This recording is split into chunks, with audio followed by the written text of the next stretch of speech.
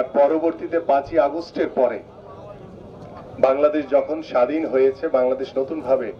স্বাধীন হওয়ার পর বাংলাদেশ যখন স্বৈরাচার মুক্ত হয়েছে, সেই স্বৈরাচার মুক্ত বাংলাদেশে আমরা বাংলাদেশের ক্রীড়াঙ্গনকে নতুন ভাবে ঢেলে সাজানোর উদ্যোগ নিয়ে বিএনপির ভারপ্রাপ্ত চেয়ারম্যান জনাব তারেক রহমানের নির্দেশনায় আমরা ইতিমধ্যে জিয়া ক্রিকেট টুর্নামেন্ট 2025 শেষ হয়েছে এবং আমাদের মরহুম আরাফাত রহমান কোকো স্মৃতি ফুটবল টুর্নামেন্ট সেটা চলমান রয়েছে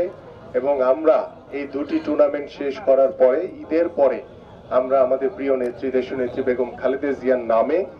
আমরা মেয়েদের ক্রিকেট এবং মেয়েদের ফুটবল ইনশাআল্লাহ অনুষ্ঠিত করব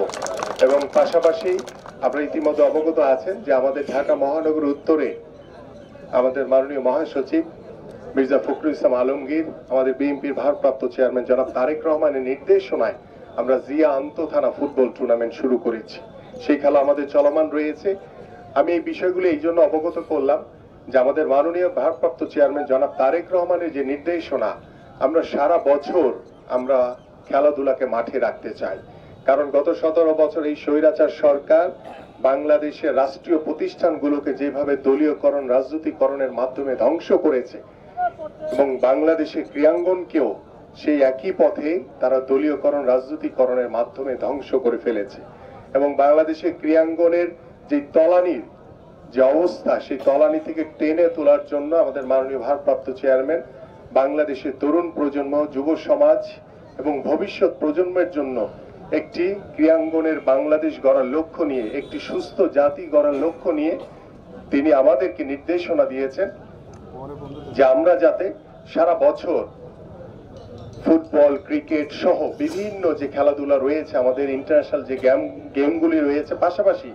আমাদের যে দেশীয় খেলাগুলোর কথা আপনাদের অনেকেরই মনে আছে, সেই খেলাগুলো কিন্তু আমরা হারিয়ে ফেলেছি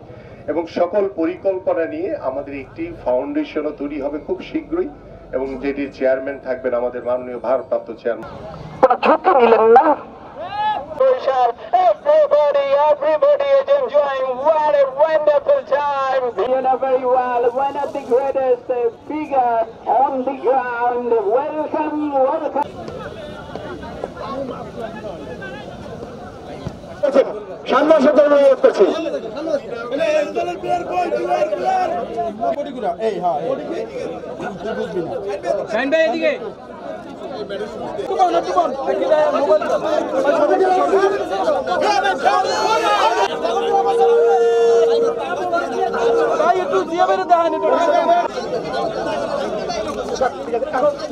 সমাপ্ত